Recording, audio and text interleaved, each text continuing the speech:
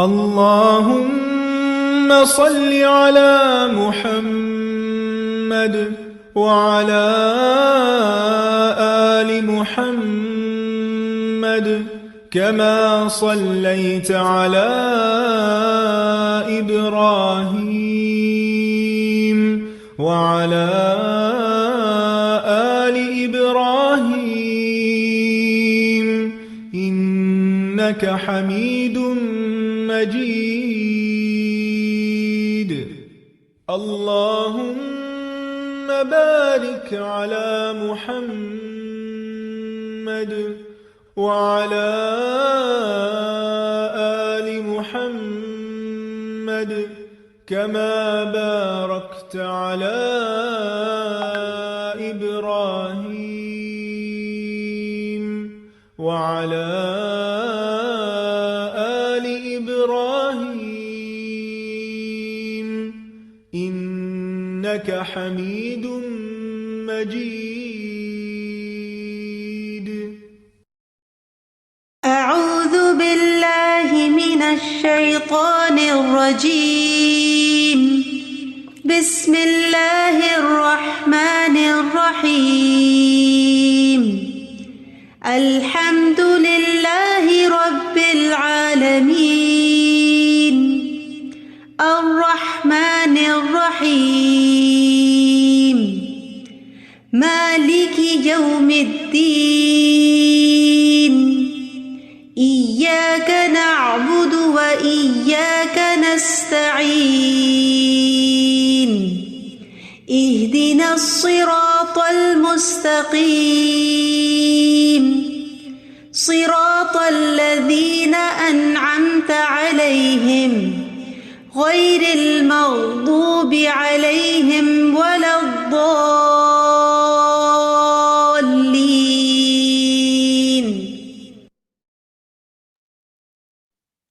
اعوذ باللہ من الشیطان الرجیم بسم اللہ الرحمن الرحیم السلام علیکم ورحمۃ اللہ وبرکاتہ. وعلیکم السلام ورحمۃ اللہ.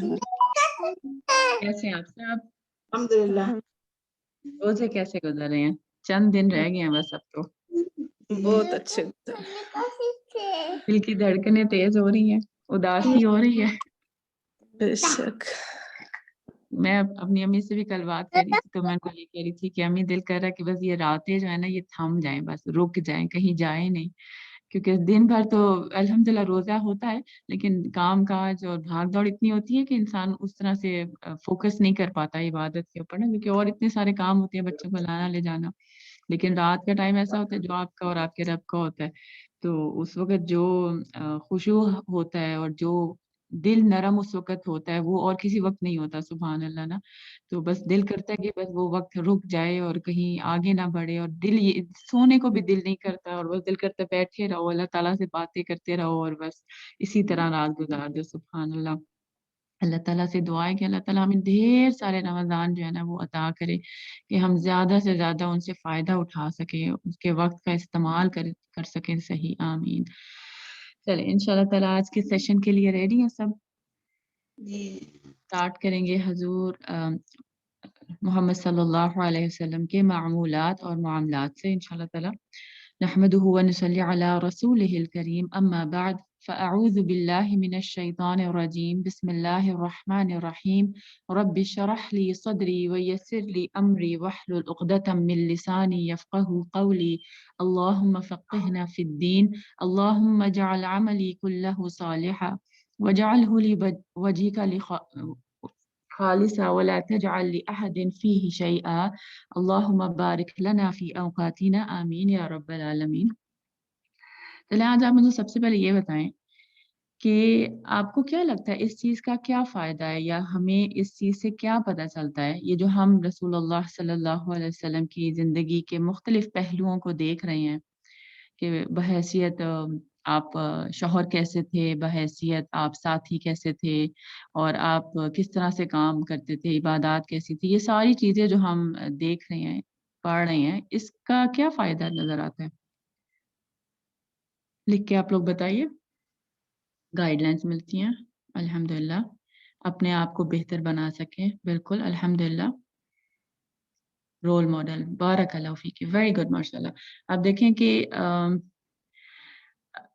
کامیاب زندگی گزارنے کے لیے، سکسیسفل زندگی گزارنے کے لیے، یا خوش زندگی گزارنے کے لیے، یا پرسکون زندگی گزارنے کے لیے یہ تمام اعمال اپنانے کی ضرورت ہے جو رسول اللہ صلی اللہ علیہ وسلم کی زندگی میں تھے.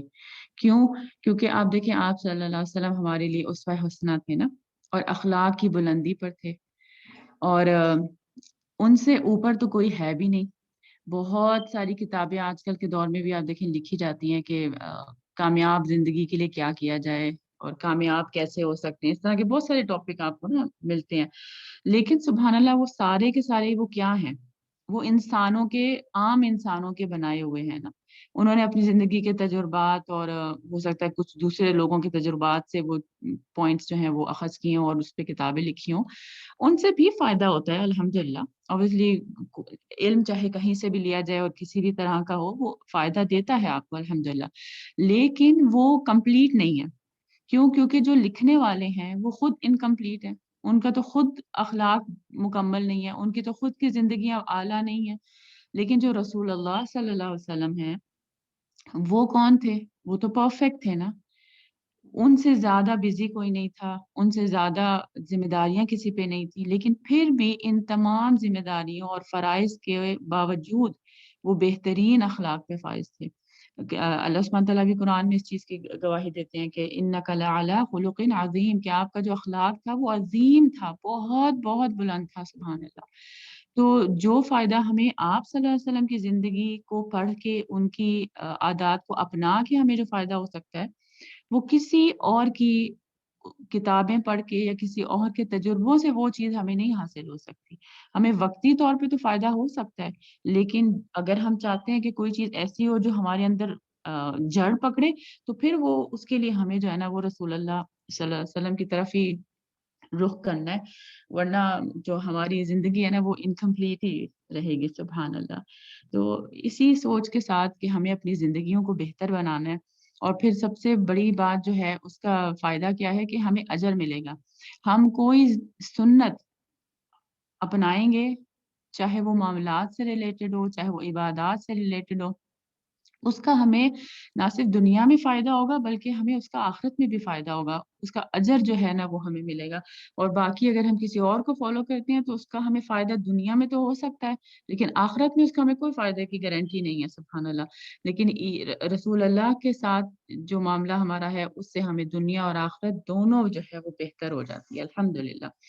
تو آج کا جو ٹاپک ہے نا وہ بہت ہی پیارا ہے کیونکہ آئی تھنک جو ہمارے معاشرے کی کمزور طبقہ ہوتا ہے نا، وہ کون ہوتا ہے؟ کوئی بتا سکتا ہے ہمارے معاشرے کا سب سے کمزور طبقہ کون ہے؟ عورتیں. ٹھیک ہے. اور بچے. یہ بالکل بچے، کیونکہ عورتیں پھر بھی کہیں نہ کہیں جو ہے وہ جو تھوڑی سی اسٹرانگ پرسنالٹی ہوتی ہیں، پستی ہیں عورتیں بھی، لیکن اکثر پھر ایسی بھی ہوتی ہیں جو اپنا یعنی کہ پورا کام کر لیتی ہیں. لیکن بچے جو ہیں نا، وہ بچے تو پھر بچے ہوتے ہیں، وہ اپنے حقوق کے لیے بھی کچھ نہیں بول سکتے. اور جس طرح اگر جو اپنے یعنی جو ہم سے اوپر ہوتا ہے نا، وہ اوپر والا نیچے والے پہ اپنا غصہ اور اپنا فرسٹریشن اور اپنا ہر چیز جو ہے نا وہ اس پہ نکالتا ہے. تو بچے بیچاروں سے اوپر جو ہیں وہ سبھی ہوتے ہیں تو بچوں کے ساتھ معاملہ ہمارا اکثر خراب رہتا ہے. تو انشاءاللہ تعالی آج ہم دیکھتے ہیں کہ رسول اللہ صلی اللہ علیہ وسلم کا معاملہ بچوں کے ساتھ کیسا تھا. آپ صلی اللہ علیہ وسلم جو بچوں کے ساتھ انتہائی شفقت سے پیش آتے تھے، اور ان کے پاس سے جب گزرتے تو خود سلام کرتے. ہم لوگ کیا کرتے ہیں؟ ہمارے اکثر الفاظ میں کتنا ٹونٹ ہوتا ہے نا، کہ ہم کہتے ہیں تمہیں تمیز نہیں ہے کہ بڑا آیا تو سلام کرو. ہمیں ایز اے بحیثیت والدین ہمیں بچوں کو سکھانا ہے اچھے طریقے سے کہ بیٹے سلام کرتے ہیں جب بڑا کوئی آتا ہے. لیکن ایز این اڈلٹ ہمارے فرائض میں سے بھی یہ ہے کہ ہم بچوں کو کر کے دکھائیں. ہم بچوں سے ایکسپیکٹیشنز تو بہت رکھتے ہیں، لیکن ہم خود ان کو کر کے نہیں دیتے. تو پہلے اس سے کہ ہم بچوں سے ایکسپیکٹ کریں کہ وہ ہمیں سلام کریں، ہمیں خود آگے بڑھ کے ان کو سلام کرنا ہے. پھر فاطمہ رضی اللہ تعالی عنہا آتی تو ان کا ہاتھ اور ماتھا چومتے. پھر خاص جگہ پر بٹھاتے. آپ کو پتہ ہے جب مجھے اس چیز کے بارے میں پتہ چلا نا کہ آپ صلی اللہ علیہ وسلم اپنے بچوں کے ماتھا چومتے تھے تو مجھے یہ اتنا اچھا لگا. تو مجھے اب ہوتا ہے کہ میں اپنے بچوں کے نا ماتھے کو ضرور چوموں. کہ انسان ویسے تو پیار کرتا ہی ہے لیکن اسپیشلی جب بچے مسجد سے آتے ہیں نا تو پھر میں ان کے ماتھے کو چومتی ہوں کہ مجھے اتنا اچھا لگتا ہے. اور مجھے لگتا ہے کہ بچوں کے اندر بہت پازیٹیوٹی جاتی ہے اور بچوں کے اندر بھی وہ محبت اترتی ہے کہ میری ماں یا میرا باپ مجھ سے محبت کرتا ہے. تو یہ بہت ہی پیاری سنت ہے, تو اس کو بھی ضرور اپنانا ہے. آج اسپیشلی جب بچوں سے ملیں تو ضرور ان کے ہاتھ اور ماتھے چومیں. اور جیسے اسپیشلی جب کوئی اچھا کام ہو اور اسپیشلی دین کا کام کوئی کریں, قرآن پڑھیں یا نماز پڑھیں, تو ان کو گلے لگائیں, ان کو پیار کریں. کیونکہ آج کل کے دور میں یہ چیزیں نا بالکل ختم ہوتی جا رہی ہیں, کیونکہ بچے بھی دور دور رہتے ہیں, ہر وقت اپنے آئی پیڈ اور کمپیوٹرز اور ٹی وی کے سامنے ہوتے ہیں.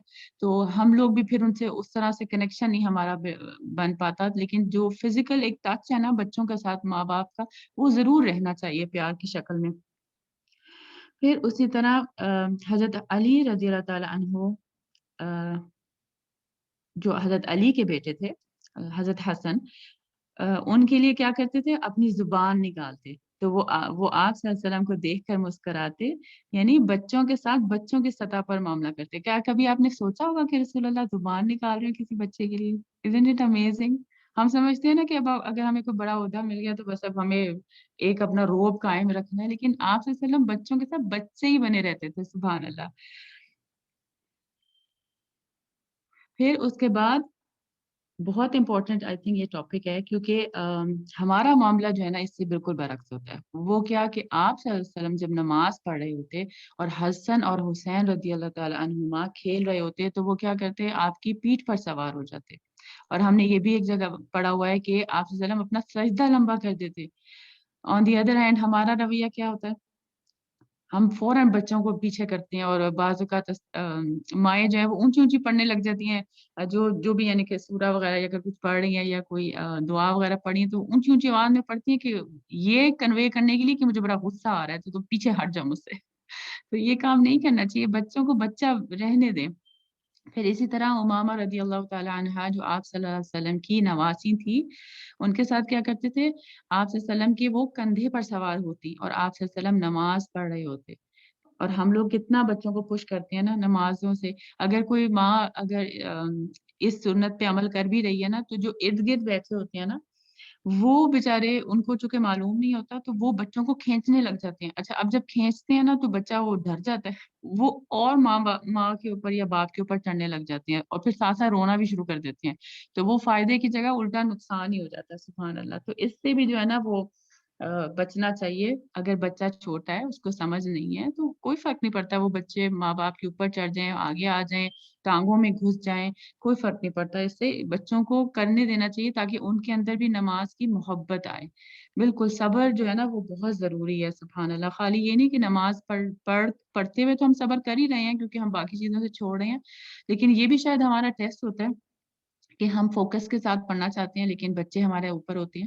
تو یہ بھی صبر کا مقام ہے, اس میں بھی جو ہے نا وہ تحمل سے کام لینا چاہیے.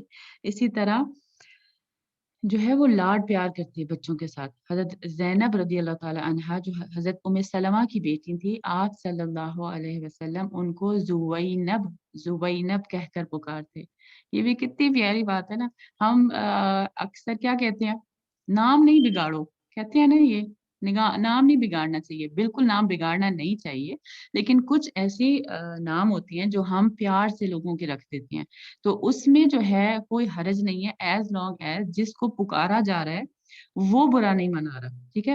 جیسے میرا بیٹا, میں اس کو یوسف کی جگہ کبھی کبھی یوشی بولتی ہوں, تو اس کے خالہ بھی ہیں تو وہ بھی اس کو یوشی بولتی ہیں, تو اس کو بڑا اچھا لگتا ہے. وہ پیار یعنی کہ اس کے لیے ایک نارمل ہے, اس کو پتہ چلتا ہے کہ اچھا اگر کسی نے مجھے یوشی بولا ہے نا تو اس کا مطلب ہے کہ کوئی پیار والی بات ہونے والی ہے. تو اسی طرح آپ دیکھیں ہمارے گھروں میں رواج ہوتا ہے, بعض اوقات ہم کسی کو مانو بول دیتے ہیں یا کسی کو بٹو کر کے بلاتے ہیں, یا اسی طرح کے بہت سارے ہر گھر میں اپنے اپنے نام ہوتے ہیں.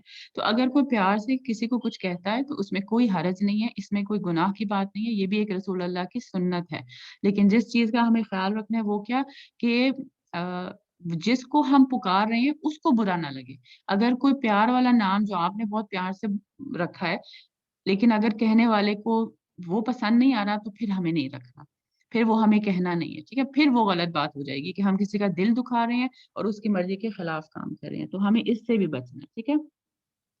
پھر اس کے علاوہ آپ صلی اللہ علیہ وسلم کا طریقہ کیا ہوتا تھا کہ محمود بن ربیع رضی اللہ تعالی عنہ کہتے ہیں کہ آپ صلی اللہ علیہ وسلم ہمارے گھر تشریف لائے، میں اس وقت 5 سال کا تھا، آپ صلی اللہ علیہ وسلم نے ہمارے کنویں سے پانی کا گھونٹ بھرا اور میرے چہرے پر پھوار ڈالی، یعنی بچوں کے ساتھ دل لگی ہوئی کرتے تھے۔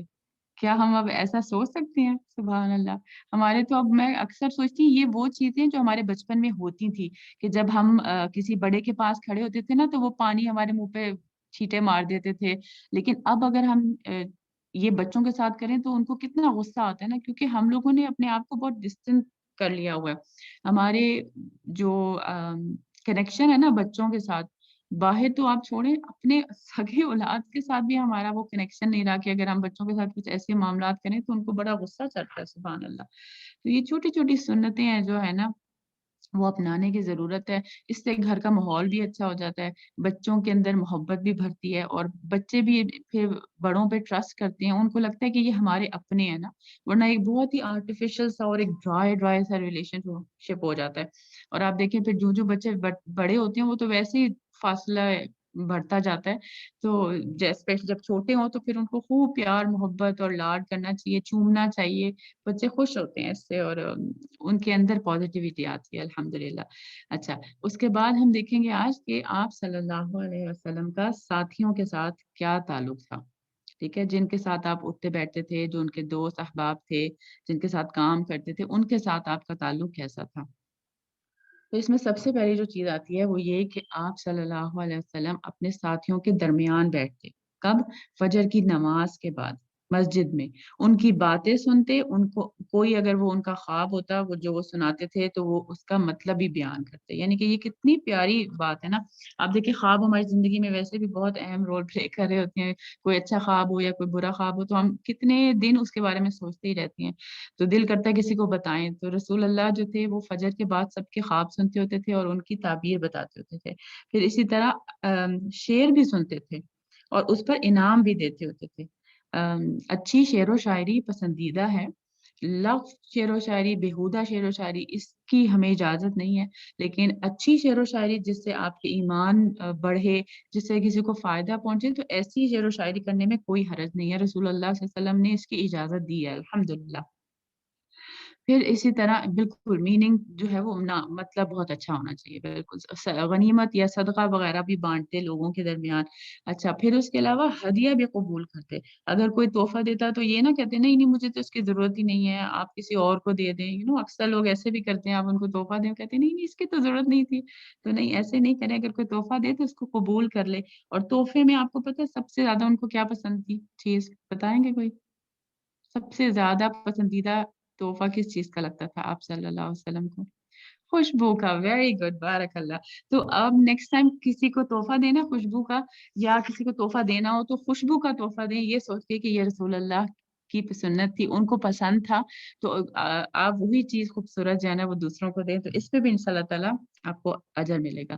پھر اسی طرح اچھے نام پسند کرتے اور برے نام اگر کوئی ہوتے تو پھر وہ بدلوا دیتے، ٹھیک ہے۔ پھر اسی طرح ساتھیوں کے نام بھی پیار سے لیتے، حضرت علی کو ایک مرتبہ آپ صلی اللہ علیہ وسلم نے کیا فرمایا، یا ابا تراب، اے مٹی والے۔ پھر اسی طرح حضرت ابو ہریرہ کو کیا کہتے تھے، یا ابا ہر، اے بلی والے۔ پھر حضرت انس کو کیا کہتے تھے، یا ذل اذنین، اے 2 کانوں والے۔ تو آپ دیکھیں اس میں محبت بھی جھلکتی ہے اور آپ صلی اللہ علیہ وسلم کا تعلق ظاہر ہوتا ہے کہ کس طرح کا تعلق ان کے ساتھ ہوتا تھا، سبحان اللہ۔ اچھا، پھر اس کے علاوہ مہمان بھی بنتے تھے اور میزبانی بھی کرتے تھے، تو دعوت اگر کوئی دینا تو اس کو ضرور قبول کریں، اس کا انکار نہیں کرنا چاہیے، چاہے کوئی بھی بلائے تو اس اپنے بزی اسکیجول میں سے وقت نکال کے ضرور جانا چاہیے، کیونکہ یہ رسول اللہ کی سنت ہے۔ اور پھر خالی یہ نہیں کہ دعوتوں پر جاتے تھے، دعوتوں پہ بلاتے بھی تھے، تو جب بلائیں کسی کو تو یہ سوچیں کہ یہ سنت ہے، تو دعوت پہ بلانا بھی جو ہے نا وہ آپ کے لیے اجر کا باعث بن جائے گا۔ پھر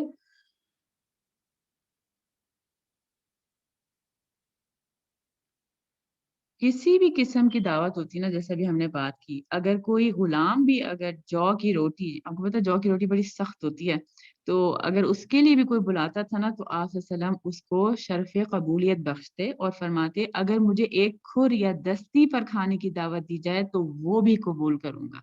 آپ دیکھیں یہ ہمارے آئی تھنک کلچر میں بہت عام ہوتی جا رہی ہے چیز، اور اس کو ہمیں ہٹانا ہے کہ ہم لوگ دعوتوں پہ جاتے ہیں اور اس کے بعد ہم تبصرے کرتے ہیں کہ یہ کس قسم کی دعوت تھی، وہاں تو کھانا ہی اچھا نہیں تھا، اور وہاں تو انہوں نے بس یہی چیز بنائی ہوئی تھی، اس طرح کے ہم کمنٹس پاس کرتے ہیں، اور ہمارے بچے ساتھ بیٹھے ہوتے ہیں وہ بھی سن رہے ہوتے ہیں۔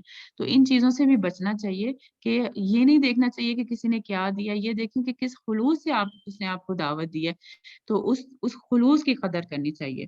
پھر اس کے علاوہ لوگوں کی ہدایت کے لیے تڑپتے، روتے، دعائیں کرتے لوگوں کی ہدایت کے لیے، کیونکہ ان کو اس انسان کی جو سب سے بڑی خیر خواہی جو دوسروں کے ساتھ انسان کر سکتا ہے نا، وہ یہ کہ اس کو دین کے بارے میں اس کو بتائے۔ اگر کوئی مسلمان نہیں ہے تو اس کو اسلام کے بارے میں بتایا جائے، اور اگر کوئی مسلمان ہے تو اس کو قرآن و سنت کے بارے میں بتایا جائے۔ یہ سب سے بڑی خیر خواہی ہے جو انسان کسی انسان کے ساتھ کر سکتا ہے۔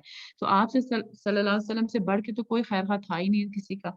پھر اسی طرح کیا پتہ چلتا ہے کہ آپ صلی اللہ علیہ وسلم دوسروں کو آسانیوں کی بھی تلقین کرتے، اور کیا فرماتے کہ بشروا ولا تنفروا ویسروا ولا تعسروا، کہ خوشخبریاں دیا کرو، نفرت نہ دلایا کرو، آسانی پیدا کیا کرو، تنگی نہ کیا کرو۔ اور ہم لوگوں کو بھی یہی کام کرنا ہے کہ لوگوں کو پازیٹیو باتیں بتائیں، لوگوں کو خوش کرنے والی باتیں بتائیں، لیکن اس چیز کا بھی دھیان رکھیں کہ جھوٹ بیچ میں نہ شامل ہو، کیونکہ مذاق میں بھی اگر کوئی جھوٹ بولتا ہے تو وہ جھوٹ لکھا جاتا ہے۔ تو اس لیے ہر معاملے میں چاہے کوئی بھی معاملہ ہو، چھوٹے سے چھوٹے جھوٹ سے بچنا چاہیے، دور رہنا چاہیے۔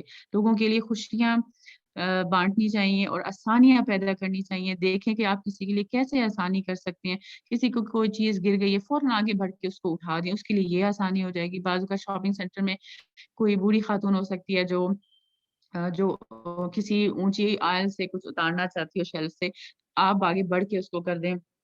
بعض اوقات شاپنگ کر رہے ہوتے ہیں، کسی کے ہاتھ میں صرف ایک دو چیزیں ہوتی ہیں اور آپ کے پاس پوری ٹرالی ہوتی ہے، تو آپ ان کو کہیں آپ پہلے چلے جائیں۔ یہ لوگوں کے لیے آسانیاں پیدا کرنا ہے، تو اللہ کی خاطر ہمیں یہ بھی کام کرنا ہے۔ سبحان اللہ۔ ٹھیک ہے، پھر آپ صلی اللہ علیہ وسلم اگر دو راستے ہوتے حلال، ٹھیک ہے، یہ چیز ذہن میں رکھنی ہے، حلال راستوں میں اگر ان کے پاس آپشن ہوتی تو پھر کیا کرتے؟ آسان راستے کو اپناتے۔ یہ تقویٰ نہیں ہے کہ ہم مشکل کام کرنے لگ جائیں اور ہم اپنے آپ کو شو کریں کہ جی ہم تو بہت بہادر ہیں اور بہت ہم اسٹرانگ ہیں۔ نہیں، اگر حلال راستے دو ہیں، موجود ہیں آپ کے پاس آپشن، تو آسانی کو پسند کریں، کیونکہ یہ بھی سنت رسول ہے صلی اللہ علیہ وسلم۔ پھر اسی طرح کبھی کسی کو تکلیف نہ دیتے، کبھی کسی کے اوپر ہاتھ نہیں اٹھاتے، کسی کی توہین نہیں کرتے، انسلٹ نہیں کرتے، دل شکنی نہیں کرتے۔ اور ہم لوگوں کے رویوں میں کتنی یہ چیزیں شامل ہوتی ہیں، ہم لوگوں پہ ٹونٹ کرتے ہیں، طنز مذاق کا ایک ماحول بنایا ہوتا ہے ہم لوگوں نے۔ اچھا، منہ سے نہیں بولتے تو ہم اشاروں کنایوں سے جو ہے نا وہ اس طرح کی حرکتیں کر رہے ہوتے ہیں، دوسروں کو حقیر بتانے کی کوشش کر رہے ہوتے ہیں۔ اور آج کل تو سوشل میڈیا کا دور ہے، تو اس طرح کے ویئرڈ سے ایموجیز یوز کرتے ہیں کہ دوسرے کو لگے کہ تم پتہ نہیں کیا چیز ہو نا۔ تو کبھی بھی کسی بھی طرح سے کسی کو تکلیف نہ پہنچائیں، اپنی طرف سے پوری کوشش کریں کہ آپ کی ذات سے کسی کو تکلیف نہ پہنچے۔ اور اگر انجانے میں کوئی کمی بیشی ہو جائے، کوئی غلطی ہو جائے، تو اللہ سبحانہ تعالیٰ سے اس پہ کثرت سے استغفار کرنی چاہیے۔ ایک دعا ہے بہت ہی خوبصورت، مجھے بہت پسند ہے، تو میرے ذہن میں آ رہی ہے تو میں نے کہا آپ کے ساتھ بھی شیئر کر لوں۔ کیا؟ اللہم انی اعوذ بک من ان اظلم او اظلم، کہ یا اللہ میں تیری پناہ چاہتا ہوں اس سے کہ لوگ مجھ پہ ظلم کریں اور اس سے کہ میں کسی پہ ظلم کروں۔ تو کسی پہ ظلم نہیں کرنا، کیونکہ پھر وہ جو ظلم ہے نا قیامت والے دن آپ کو پتہ اندھیروں کی شکلوں میں ہوگا۔ تو اللہ تعالیٰ ہم سب کو ان اندھیروں سے بچائے۔ پھر اسی طرح آپ صلی اللہ علیہ وسلم سے لوگوں کو ہٹایا نہیں جاتا تھا۔ لا يدفع عنہ الناس، جیسے آپ دیکھیں کہ آج کل جو سیلیبریٹیز ہوتی ہیں، ٹھیک ہے، کیا ہوتا ہے اگر وہ کہیں پر آتے ہیں تو کیا کیا جاتا ہے، لوگوں کو کتنا دھکا کیا جاتا ہے اگر کوئی ان کے پاس، کیونکہ وہ تو بیچارے محبت سے آ رہے ہوتے ہیں نا، ان کو کچھ سمجھ کے آ رہے ہوتے ہیں، تو لوگوں کو پش کرنے کے لیے گارڈ باقاعدہ کھڑے ہوتے ہیں کہ پیچھے ہٹ جاؤ، اس کو ہاتھ نہیں لگانا، قریب نہیں آنا. لیکن رسول اللہ کے ساتھ ایسا معاملہ نہیں تھا. لوگوں کو پیچھے نہیں کیا جاتا تھا کہ یہ تو اللہ کے نبی ہیں تو لہٰذا 2 فٹ کا فاصلہ رکھو اور پاس نہیں کوئی آئے گا. کبھی بھی کسی کو آپ سے دور نہیں کیا گیا. کبھی آپ کی وجہ سے لوگوں کو مارا اور دھتکارا نہیں گیا کہ یہ تو رسول ہیں اب ان کے پاس نہیں آنا، تو دور سے بات کرو یا لکھ کے بتاؤ. ایسا کوئی معاملہ آپ صلی اللہ علیہ وسلم کے ساتھ نہیں کرتے تھے. سبحان اللہ. پھر کیا کہ اگر آپ صلی اللہ علیہ وسلم لوگوں کو کہیں روانہ کرتے، آپ کو پتہ ہے مختلف غزوات اور سیریاز وغیرہ ہوتے تھے، تو سیریا وہ ہوتا ہے جس کے اندر رسول اللہ خود نہیں شامل ہوتے تھے.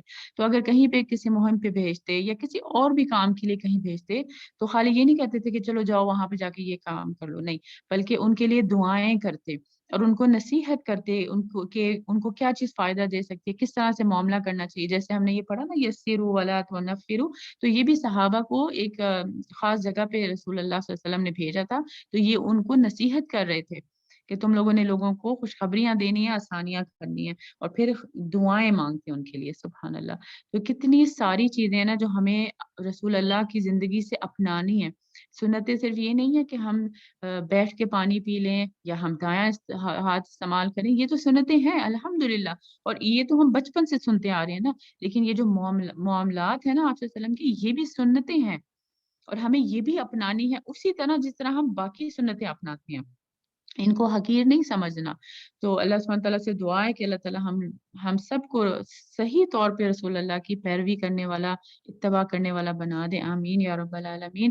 چلے انشاءاللہ تعالیٰ اب ہمارا سیشن ہے قرآن کا، بہت خوبصورت ہے، غور سے سنیے گا، اچھے اچھے نوٹس بنائیے گا، اور پھر انشاءاللہ تعالیٰ ہم اس پہ ڈسکشن کریں گے. ٹھیک ہے، چلیے سب ریڈی ہیں تو 1 ٹائپ کیجئے، میں انشاءاللہ تعالیٰ سٹارٹ کرتی ہوں. بسم اللہ.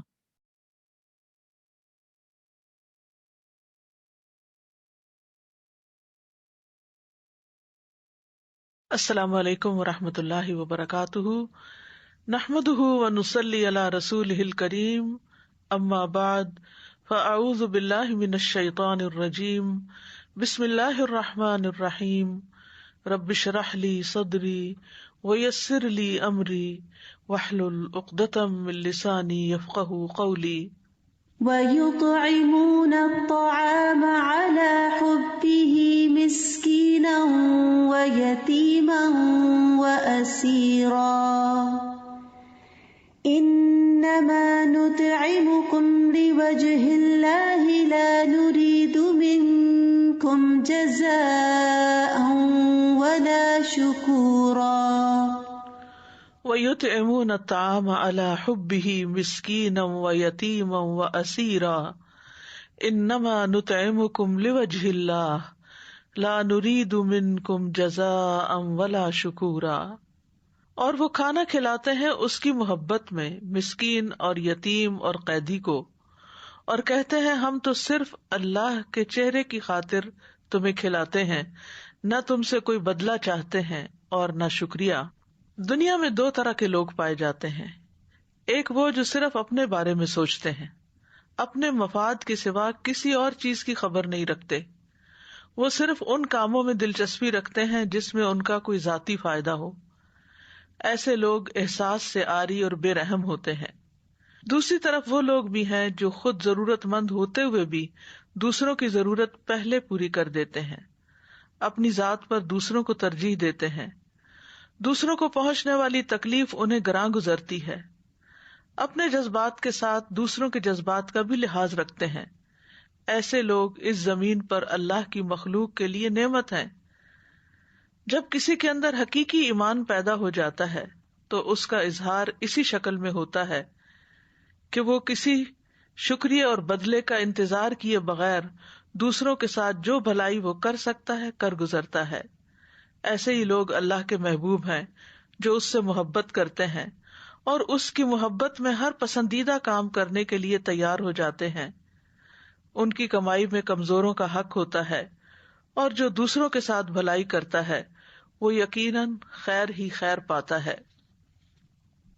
یہ آیات سورت الانسان کی ہیں، جس میں آتا ہے کہ ان الابرار یشربون من کأس کان مزاجها کافورا عین یشرب بها عباد اللہ یفجرونها تفجیرا یوفون بالنذر ویخافون یوما کان شرہ مستطیرا ویطعمون الطعام علی حبہ مسکینا ویتیما واسیرا انما نطعمکم لوجہ اللہ لا نرید منکم جزاء ولا شکورا. بے شک نیک لوگ ایسے جام سے پیئیں گے جس میں کافور ملا ہوا ہوگا. وہ ایک چشمہ ہے جس سے اللہ کے بندے پیئیں گے، وہ اسے بہا کر لے جائیں گے، خوب بہا کر لے جانا. جو اپنی نظر پوری کرتے ہیں اور اس دن سے ڈرتے ہیں جس کی مصیبت بہت زیادہ پھیلی ہوئی ہوگی، اور وہ کھانا کھلاتے ہیں اس کی محبت پر مسکین اور یتیم اور قیدی کو، اور کہتے ہیں ہم تو تمہیں صرف اللہ کے چہرے کی خاطر کھلاتے ہیں، نہ تم سے کوئی بدلہ چاہتے ہیں نہ شکریہ. تو یہاں پر ابرار یعنی نیک لوگوں کی کچھ صفات کا ذکر ہو رہا ہے جن کی قیامت کے دن بہترین مہمانی کی جائے گی، کیونکہ دنیا میں وہ اللہ کی محبت کی خاطر لوگوں کی ضروریات کا خیال رکھتے تھے، اللہ سے کیے ہوئے وعدے پورے کرتے تھے، اور آخرت کے اس دن سے ڈرتے تھے جس کا شر ہر طرف پھیلا ہوا ہوگا، جس کی مصیبت ہر طرف عام ہوگی. یہی چیز انہیں ابھارتی تھی کہ وہ اللہ کی محبت میں اللہ کے چہرے کے دیدار کی خاطر ایسے نیک کام کریں کہ جو صرف اور صرف اس کے لیے خالص ہوں، جس میں کسی انسان سے بدلے یا شکریہ کی توقع نہ ہو. تو خاص طور پر یہاں جس آیت کا انتخاب کیا گیا اس کا مطلب یہ ہے، ایک معنی ہے کہ اللہ کی محبت میں، اور دوسرا یہ کہ کھانے کی محبت کے باوجود، یعنی خود انہیں کھانے کی ضرورت ہوتی ہے لیکن خود کھانے کی بجائے وہ دوسروں کو کھلا دیتے ہیں، ان لوگوں کو جو کمانے سے عاجز ہوں اور وہ کسی چیز کے مالک نہ ہوں. اور اس میں کئی لوگ آتے ہیں، یعنی سب سے پہلے تو یطعمون الطعام آتا ہے، یعنی کھانے کی محبت میں، کھانے کی خواہش کے باوجود، تھوڑا ہونے کے باوجود اللہ کی محبت کی وجہ سے وہ لوگوں کو کھلاتے ہیں. اور کس کس کو کھلاتے ہیں؟ مسکین، مسکین کو. مسکین وہ ہوتا ہے جسے دوسرے کی ضرورت ہوتی ہے اور وہ کمانے سے رکا ہوا ہوتا ہے. اور یتیم کو بھی کھلاتے ہیں. یتیم وہ نابالغ بچے ہوتے ہیں جو اپنے والد سے محروم ہو جائیں، یعنی وہ اپنی دیکھ بھال، لک آفٹر خود نہیں کر سکتے. اور پھر قیدی، قیدی کو کھلاتے ہیں. قیدی وہ ہوتا ہے جس کا معاملہ کسی اور کے ہاتھ میں ہوتا ہے. اور یہ سورت مکی سورت ہے جس کی یہ آیات آپ کے سامنے پڑھی گئی ہیں، یہ ساری کی ساری مسلمانوں کی قوت پکڑنے سے پہلے کے دور کی ہیں.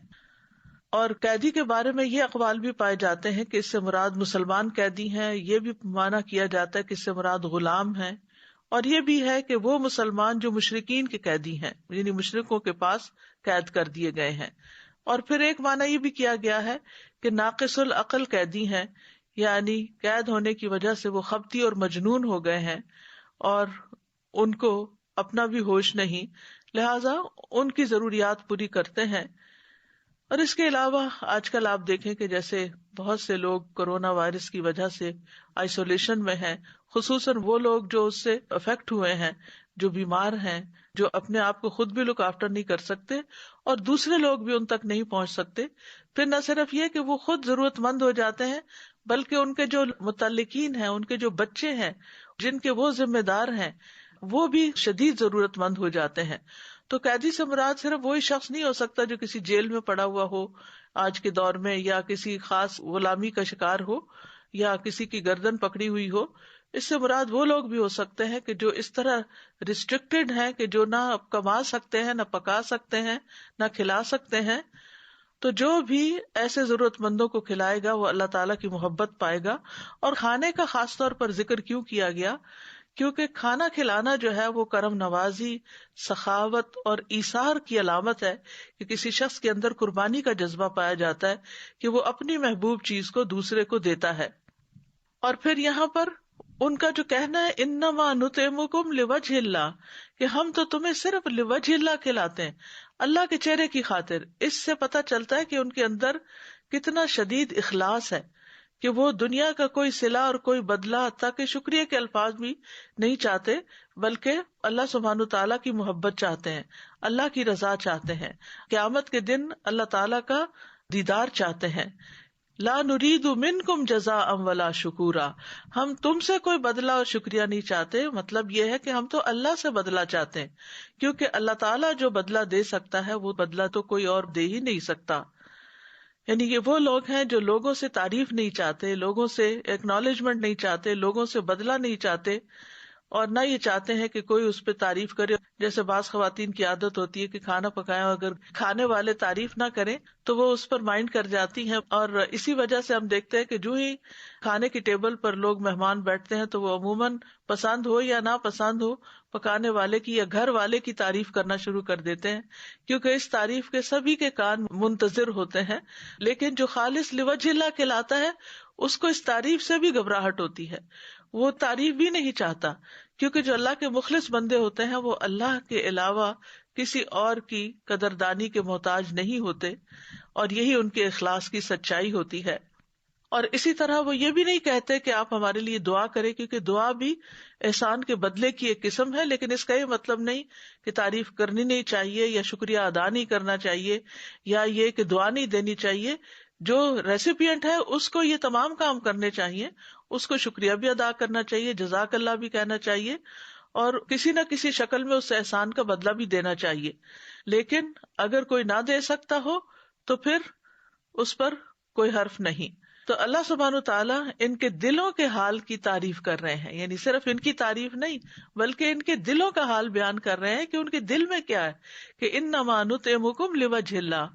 مجاہد کہتے ہیں انہوں نے یہ بات کہی نہیں تھی، یعنی زبان سے کسی کو اعلان نہیں کیا تھا کہ ہم صرف اللہ کے چہرے کی خاطر کھلا رہے ہیں، لیکن اللہ نے ان کی اس بات کو جان لیا کہ واقعی وہ اللہ کی خاطر کرنا چاہتے ہیں، اور ان کی تعریف فرمائی تاکہ وہ اور زیادہ نیک عمل میں رغبت کریں. کھانا کھلانا ہمارے دین میں ایک پسندیدہ کام ہے. اللہ سبحانہ وتعالیٰ کی صفت ہے کہ وہ کھلاتا ہے اور اپنے بندوں کے لیے بھی پسند کرتا ہے کہ وہ دوسرے بندوں کو کھلائیں. قرآن مجید میں آتا ہے کل اغیر اللہ اتخذ ولیا فاطر السماوات والارض وہو یطعم ولا یطعم. کہہ دیجئے کیا میں اللہ کے سوا کوئی اور دوست بناؤں جو آسمانوں اور زمین کو پیدا کرنے والا ہے حالانکہ وہ کھلاتا ہے اور اسے کھلایا نہیں جاتا. ابراہیم علیہ السلام نے اپنے رب کی جو تعریف کی تھی وہ کیا تھی؟ الذی خلقنی فہو یہدینی والذی هو یطعمنی ویسقینی. وہ جس نے مجھے پیدا کیا پھر وہی مجھے راستہ دکھاتا ہے، وہی ہے جو مجھے کھلاتا ہے اور جو مجھے پلاتا ہے. یعنی رب وہ ہے جو کھلاتا اور پلاتا ہے. اور پھر آپ دیکھیے کہ رب نے ساری مخلوق کے لیے مختلف طرح کے کھانے پیدا کیے ہیں. سمندر کی مچھلیوں کی غذا اور ہے، پرندوں کی غذا اور ہے، وحشی جانوروں کی غذا اور ہے، انسانوں کی غذا اور ہے. اور انسان بھی جو دنیا کے مختلف خطوں پہ رہتے ہیں ان کی اپنی اپنی پسند کی غذائیں ہیں. اسی لیے اللہ تعالیٰ نے فوڈ میں زبردست ویرائٹی پیدا کی ہے. اور اللہ تعالیٰ فرماتے ہیں کہ انسان اپنے کھانے پینے کی چیزوں پر غور و فکر بھی کرے.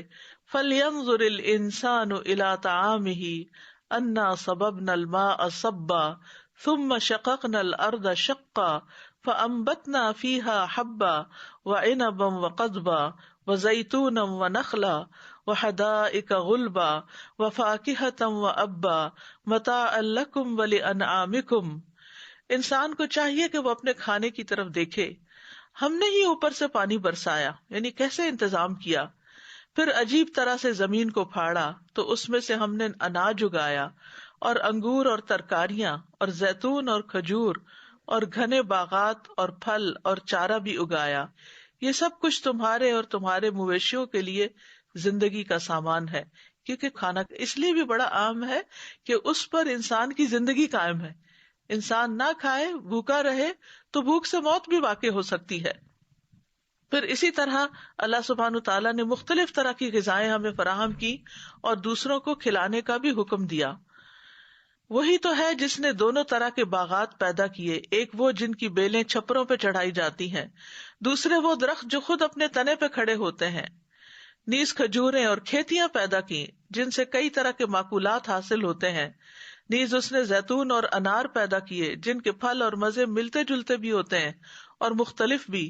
جب یہ درخت پھل لائیں تو ان سے خود بھی کھاؤ اور فصل اٹھاتے وقت ان میں سے اللہ کا حق بھی ادا کرو، یعنی دوسروں کو بھی کھلاؤ. اور بے جا خرچ نہ کرو کیونکہ اللہ اسراف کرنے والوں کو پسند نہیں کرتا۔ زکوٰۃ اور فطرانے کی ادائیگی میں بھی کھانا کھلانے کو مد نظر رکھا گیا، اور اسی طرح کفاروں میں بھی کھانا کھلانے کو فرض کیا گیا۔ قتل کا کفارہ ہو، زہار کا کفارہ ہو، رمضان میں دن میں جماع کا کفارہ ہو، اور اسی طرح شکار کرنا جہاں ناجائز ہو وہاں اگر انسان شکار کر لے اور اس جیسا جانور نہ ملے تو اس کی قیمت کے ساتھ مساکین کے لیے کھانا خریدا جائے گا، اور قسم کے کفاروں میں بھی 10 بندوں کو کھانا کھلایا جائے گا۔ احرام کی پابندیوں میں سے کسی پابندی کو توڑنے کی صورت میں فدیہ 6 مسکین کا کھانا بھی ہوتا ہے۔ پھر راجح رائے یہی ہے کہ فطرانہ جو ہے وہ پیسے دینے کی بجائے کھانا دیا جائے مساکین کو۔ ہاں اگر ایسی جگہ ہو کہ جہاں کوئی مسکین نہ ہو تو اس صورت میں کسی دوسری جگہ پیسے بھی بھیجے جا سکتے ہیں، لیکن اس سے بھی بہتر یہی ہے کہ ان کو کھانا خرید کر دیا جائے۔ اسی طرح قربانی کے جانور جو ہیں ان میں بھی دوسروں کو کھلانے کا حکم ہے۔ وَكُلُوا مِنْهَا وَأَطْعِمُوا الْبَائِسَ الْفَقِيرَ، سو ان قربانی کے جانوروں کی جب تم قربانی کرو تو پھر ان میں سے خود بھی کھاؤ اور تنگ دست محتاج کو بھی کھلاؤ۔ ایک دوسری آیت میں آتا ہے فَكُلُوا مِنْهَا وَأَطْعِمُوا الْقَانِعَ وَالْمُعْتَرَّ، تو ان میں سے خود بھی کھاؤ اور قناعت کرنے والے کو بھی کھلاؤ اور مانگنے والے کو بھی کھلاؤ۔ پھر اسی طرح حج کی نیکی کیا ہے؟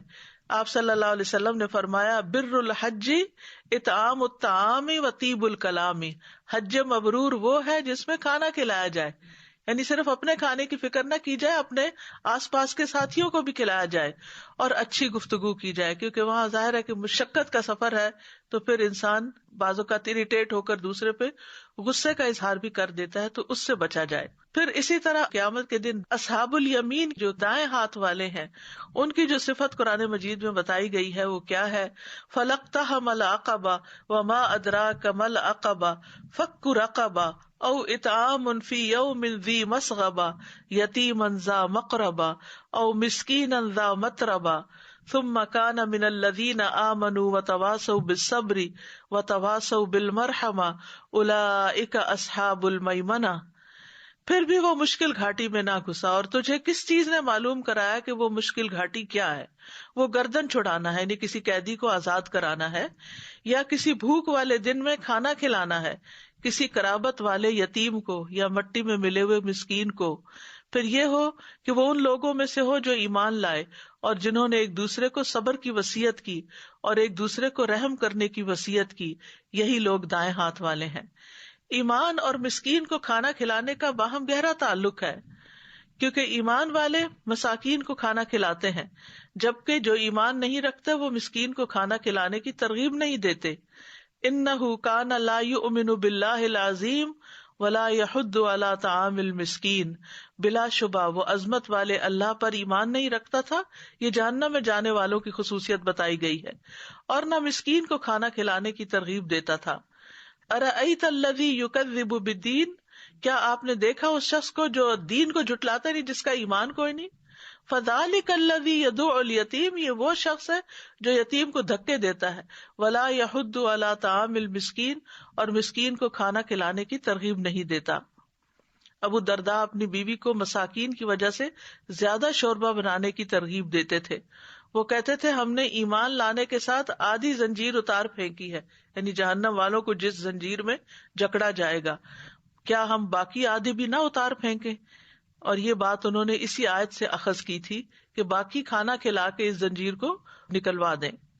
عمر رضی اللہ عنہ سے روایت ہے کہ رسول اللہ صلی اللہ علیہ وسلم نے فرمایا افضل اعمال مومن کو خوشی دینا ہے، تم اس کے سطر کو ڈھانپ دو، یعنی اسے کوئی کپڑا پہناؤ، یا اس کی بھوک کو سیر کر دو، یا اس کی ضرورت پوری کر دو۔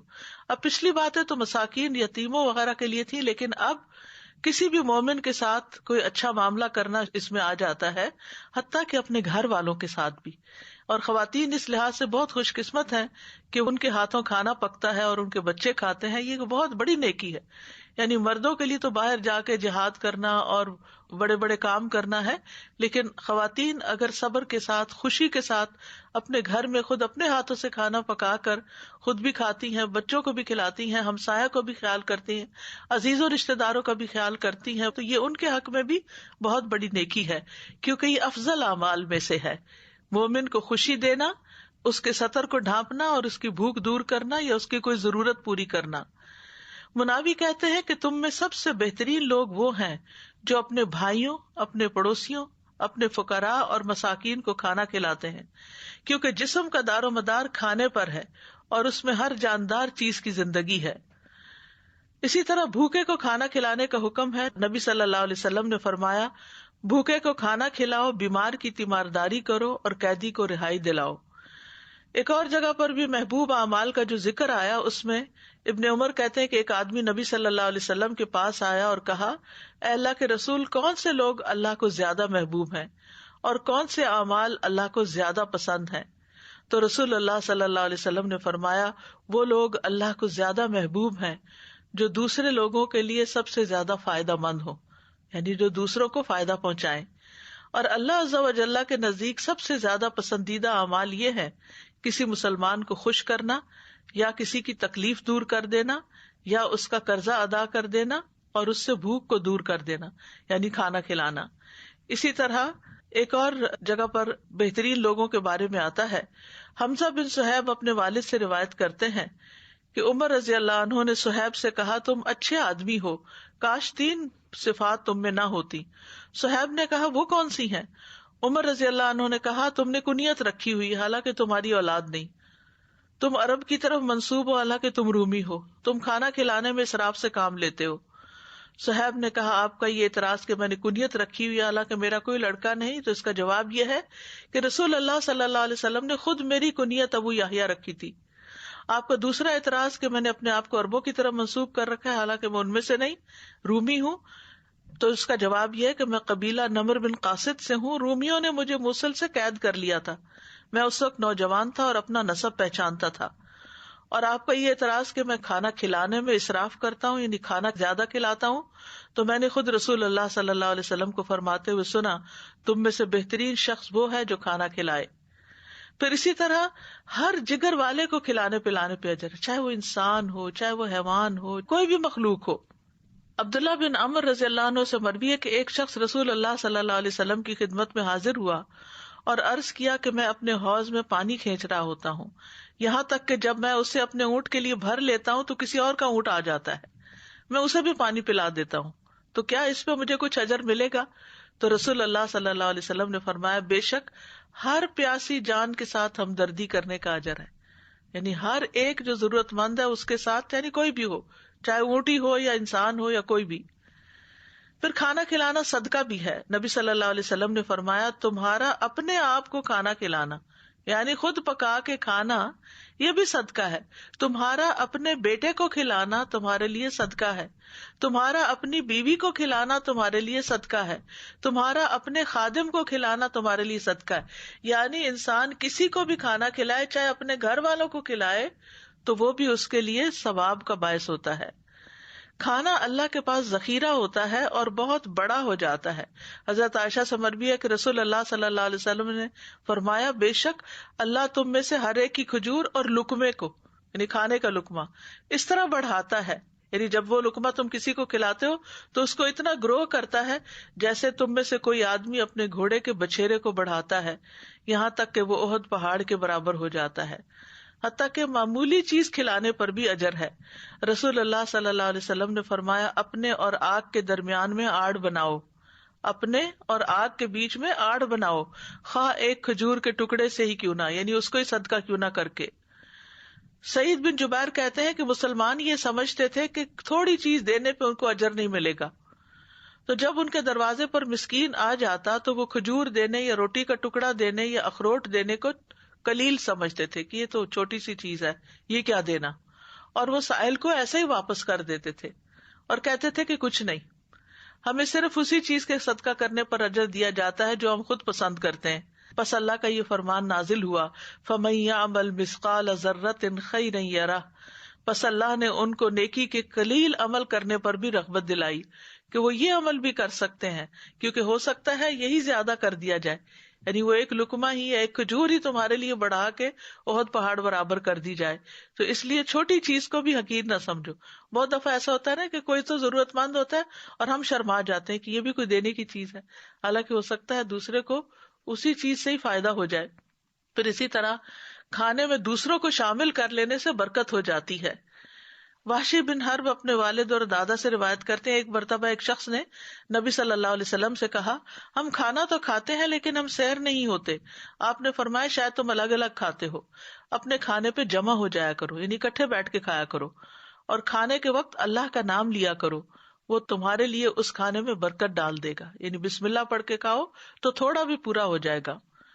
حسن بن علی سے مروی ہے کہ بھلائی اس گھر کی طرف سب سے تیزی سے جاتی ہے جس میں کھانا کھلایا جاتا ہے، یعنی اس گھر میں خیر و برکت ہو جاتی ہے جس میں کھانا کھلایا جاتا ہے۔ چھری سے لے کر اونٹ کی کوہان تک، یعنی ہر طرف بھلائی اور خیر نازل ہوتی ہے۔ چھری سب سے چھوٹی چیز ہے اور اونٹ کی کوہان سب سے اونچی چیز ہے۔ چھری میں بھی برکت اور اونٹ کی کوہان میں بھی برکت۔ پھر اسی طرح یہ ہے کہ کھانے میں پڑوسی کو شامل کرنا چاہیے۔ ابو ذر سے مروی ہے، وہ کہتے ہیں مجھے میرے خلیل نے 3 باتوں کی وصیت فرمائی کہ بات سنو اور اطاعت کرو اگرچہ کٹے ہوئے اعضاء والا غلام حکمران کیوں نہ ہو۔ نمبر 2، جب سالن بناؤ تو اس کا پانی بڑھا لیا کرو، پھر اپنے ہمسائے میں رہنے والوں کو دیکھو اور بھلے طریقے سے ان تک پہنچاؤ۔ نمبر 3، اور نماز وقت پر ادا کرو، اور اگر امام کو پاؤ کہ وہ نماز پڑھ چکا ہے تو تمہاری ہو ہی چکی، ورنہ اس کے ساتھ پڑھ لو تو یہ نفلی ہو جائے گی، یعنی جس نے نماز پڑھ بھی لی ہے کوئی پیچھے سے اور آتا ہے تو اس کے ساتھ بھی کھڑے ہو جاؤ، تمہارے نفل ہو جائیں گے۔ پھر پڑوسی کو چھوڑ کر خود سیراب نہ ہو۔ محمد بن مسلمہ روایت کرتے ہیں، میں نے رسول اللہ صلی اللہ علیہ وسلم کو یہ فرماتے ہوئے سنا کہ کوئی شخص اپنے پڑوسی کو چھوڑ کر خود سیراب نہ ہوتا پھرے، یعنی وہ اس کو بھوکا نہ چھوڑ دے یا اس کو ضرورت کے ساتھ نہ چھوڑ دے اور صرف اپنی فکر نہ کرے، وہ شخص مومن نہیں جس کا ہمسایہ بھوکا ہو۔ اور کبھی یہ بھی کرنا چاہیے کہ خود بھوکے رہ کے دوسروں کا پیٹ بھرا جائے، یعنی ہم عام طور پر سمجھتے کہ کھلائے اس وقت جب ہمارے پاس ایکسٹرا ہو کہ ہم دے سکیں، لیکن کبھی ایسا بھی ہوتا ہے کہ آپ کے پاس ایکسٹرا نہیں ہوتا، وہی ہوتا ہے جو آپ نے خود بھی کھانا ہوتا ہے، اس کو بھی آپ دوسروں کو کھلا سکتے ہیں۔ جس کا مشہور واقعہ وہ صحابی کا ہے کہ جب نبی صلی اللہ علیہ وسلم کے پاس ایک مہمان آیا تو آپ نے سب ازواج کے پاس کہلا کے بھیجا کہ کون اس کو کھانا کھلائے گا، تو کسی گھر سے کچھ بھی نہ نکلا، تو ایک انصاری کہنے لگے میں اس کو اپنے ساتھ لے جاتا ہوں۔ بہرحال وہ گھر گئے تو ان کے گھر میں بس اتنا کھانا تھا، یا خود کھاتے یا مہمان کھاتا۔ انہوں نے بتی بجھا دی اور یوں شو کیا جیسے ہم خود بھی کھا رہے ہیں، اور مہمان کو کھانا کھلا دیا، اور بچے بھی بھوکے سو گئے اور خود بھی بھوکے سوئے۔ تو اللہ سبحانہ تعالیٰ ان کے حق میں راضی ہو گیا اور اللہ تعالیٰ ان کے اوپر ہنس پڑا۔ حدیث میں آتا ہے کہ نبی صلی اللہ علیہ وسلم کی خدمت میں جب صبح وہ آئے تو آپ نے فرمایا تم دونوں میاں بیوی کے نیک عمل پر اللہ تعالیٰ رات کو ہنس پڑا، یا یہ فرمایا کہ اس کو پسند کیا۔ اور پھر یہ آیت نازل فرمائی وَيُؤْثِرُونَ عَلَىٰ أَنفُسِهِمْ وَلَوْ كَانَ بِهِمْ خَصَاصَةٌ وَمَن يُوقَ شُحَّ نَفْسِهِ فَأُولَٰئِكَ هُمُ الْمُفْلِحُونَ۔ اور وہ انصار ترجیح دیتے ہیں اپنے نفسوں پر دوسرے غریب صحابہ کو اگرچہ خود بھی فاقے میں ہوں، اور جو اپنی طبیعت کے بخل سے محفوظ رکھا گیا سو ایسے ہی لوگ فلاح پانے والے ہیں۔ پھر یہ ہے کہ مسکین کو کبھی خالی ہاتھ نہیں لوٹانا چاہیے۔ آپ نے فرمایا کہ کچھ نہ کچھ رکھ دیا کرو، خواہ جلا ہوا کھور ہی کیوں نہ ہو۔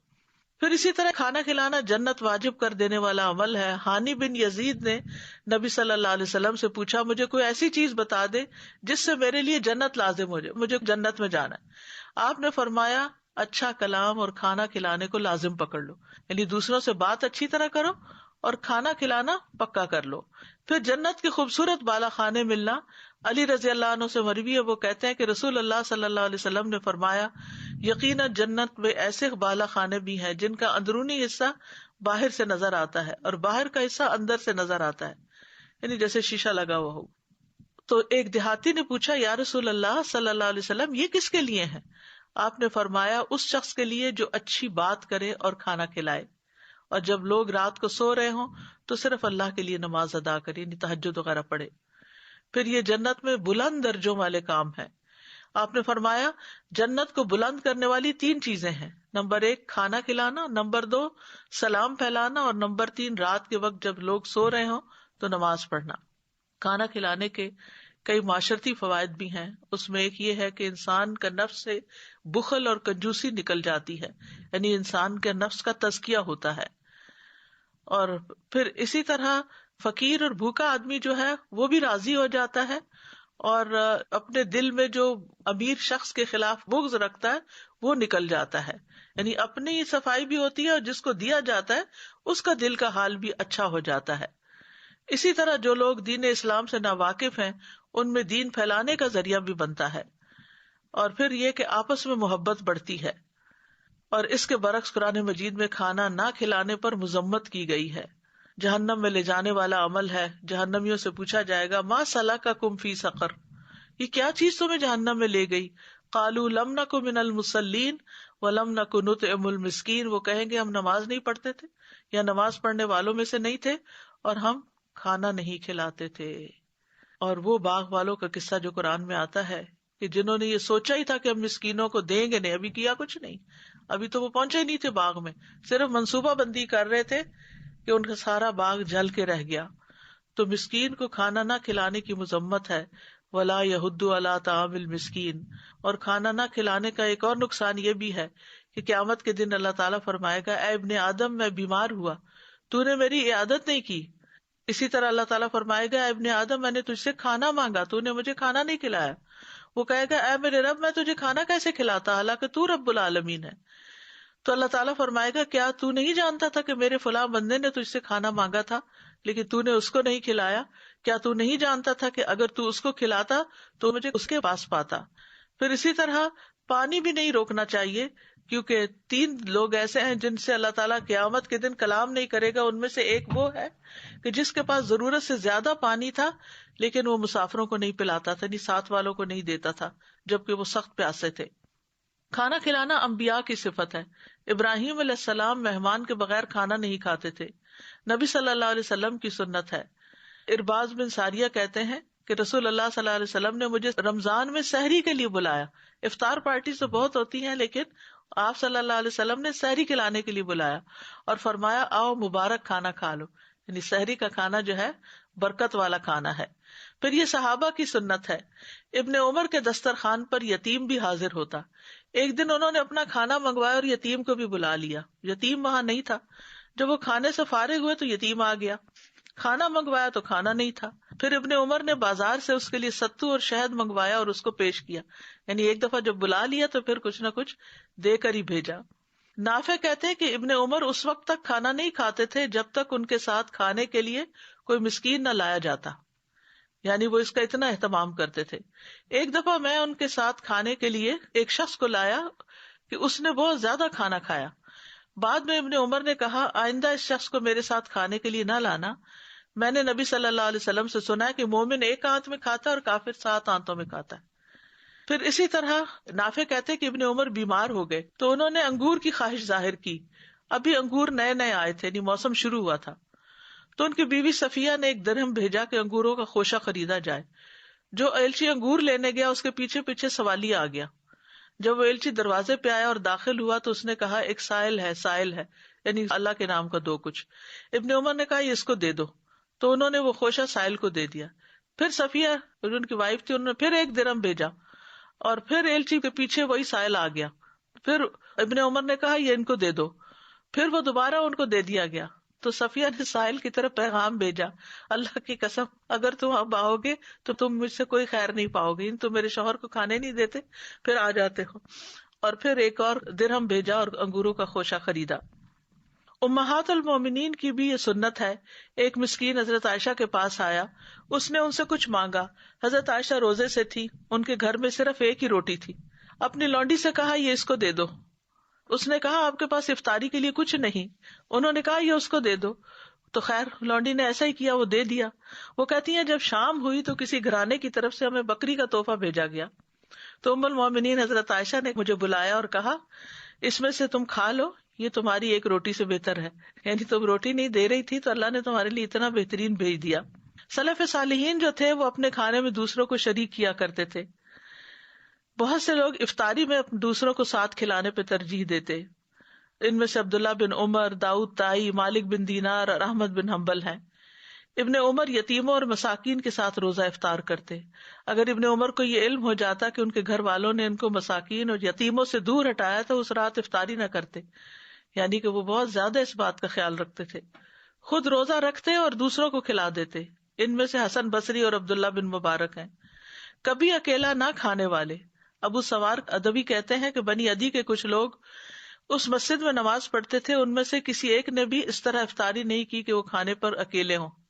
اگر ان کو کوئی کھانا کھانے والا ساتھ مل جاتا تو کھا لیتے، ورنہ اپنا کھانا مسجد لے جاتے اور وہاں لوگوں کے ساتھ مل کے کھاتے، لوگ ان کے ساتھ کھاتے۔ پھر اپنے کھانے پر دوسروں کو ترجیح دینا۔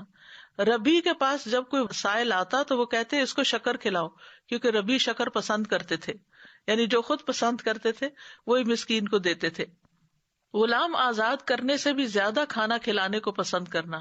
بعض سلف صالحین کہتے ہیں کہ میں اپنے ساتھیوں میں سے 10 ساتھیوں کو دعوت دوں اور ان کو ایسا کھانا کھلا دوں جسے وہ پسند کرتے ہوں تو یہ مجھے اسماعیل علیہ السلام کی اولاد میں سے 10 غلام آزاد کرنے سے زیادہ محبوب ہے۔ دنیا کی ہر چیز سے زیادہ اپنے بھائی کو کھانا کھلانا پسند کرنا۔ ابو سلیمان دارانی کہتے ہیں اگر پوری دنیا میں سے مجھے صرف ایک لقمہ ملے پھر میرا بھائی آ جائے تو میں یہی پسند کروں گا کہ میں یہ لقمہ اس کے منہ میں ڈال دوں۔ پھر گھر آنے والے مہمان کو بہترین چیز پیش کرنا۔ ابو خلدہ کہتے ہیں میں اور عبداللہ بن عون محمد بن سیرین کے پاس گئے تو انہوں نے ہمیں مرحبا کہا اور وہ کہنے لگے مجھے سمجھ نہیں آ رہی کہ میں تمہیں کیا تحفہ دوں، تم میں سے ہر ایک کے گھر میں روٹی اور گوشت کھایا جاتا ہے، لیکن میں تمہیں ایسا کھانا کھلاؤں گا جس کے بارے میں میرا خیال ہے کہ وہ تمہارے گھر میں نہیں کھایا جاتا۔ تو وہ شہدہ لے کر آئے جو کہ شیری کی طرح کچھ میٹھی چیز تھی، وہ اسے چھری سے کاٹتے تھے اور ہمیں کھلاتے تھے، یعنی وہ چیز کھلانا کہ جو دوسرے نہیں کھاتے ہوں۔ بعض اوقات ایسا ہوتا ہے نا کہ روزمرہ کا نارمل کھانا تو ہر کوئی کھا رہا ہوتا ہے۔ پھر اپنی پسند کا کھانا بنا کر دوسروں کو کھلا دینا۔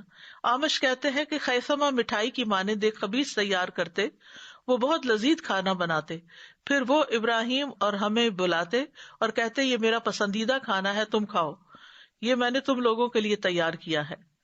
آنے والے مہمانوں کے لیے کچھ نہ کچھ سنبھال کر رکھنا۔ جب حسن کے پاس ان کے بھائی آتے تو ان کے پاس جو کھانا موجود ہوتا وہ اسے اپنے بھائی کے پاس لے آتے، اور کبھی کسی سے کہتے کہ چارپائی کے نیچے سے یہ ٹوکری نکالیں، وہ اس کو نکالتے تو اس میں کھجوریں ہوتی، وہ اسے کہتے میں نے یہ کھجوریں آپ کے لیے رکھی ہوئی تھی کہ آپ کھائیں۔ انما نطعمکم لوجہ اللہ، ہم تمہیں صرف اللہ کے چہرے کی خاطر کھلاتے ہیں۔ تو یاد رکھیے کہ اللہ کے چہرے کے سوا سب کچھ فنا ہو جائے گا۔